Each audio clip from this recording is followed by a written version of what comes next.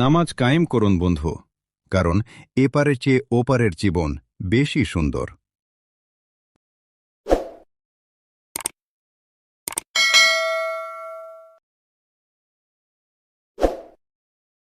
বার্সেলোনার মুহুর্মুহু আক্রমণ ঠেকিয়ে ক্যাম্প নিউয়ে ২০ বছর পর অ্যাথলেটিকোর জয়।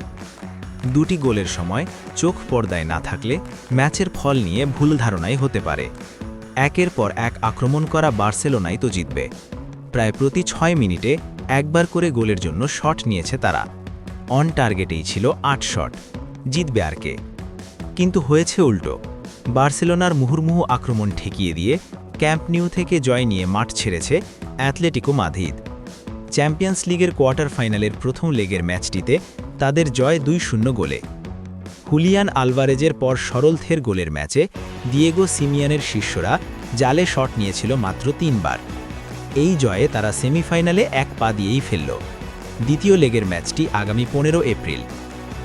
১৫ বছরের অ্যাথলেটিকো ক্যারিয়ারে বার্সেলোনার বিপক্ষে ক্যাম্প নিউতে এটা সিমিওনের প্রথম জয়। আর্জেন্টাইন কোচ ২০১১ সালে মাদ্রিদের ক্লাবটির দায়িত্ব নিয়েছিলেন। অবশ্য এর আরও ৫ বছর আগে থেকে ক্যাম্প নিউতে জেতে না অ্যাথলেটিকো।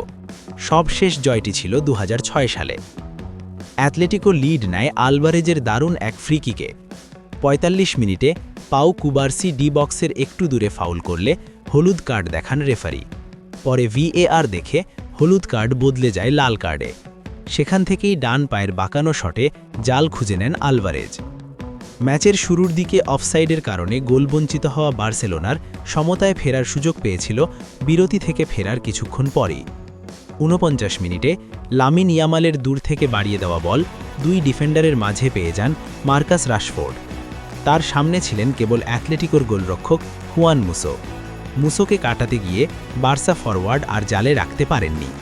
৫ মিনিট পর তার আরেকটি শট বারে লেগে ফিরে আসে।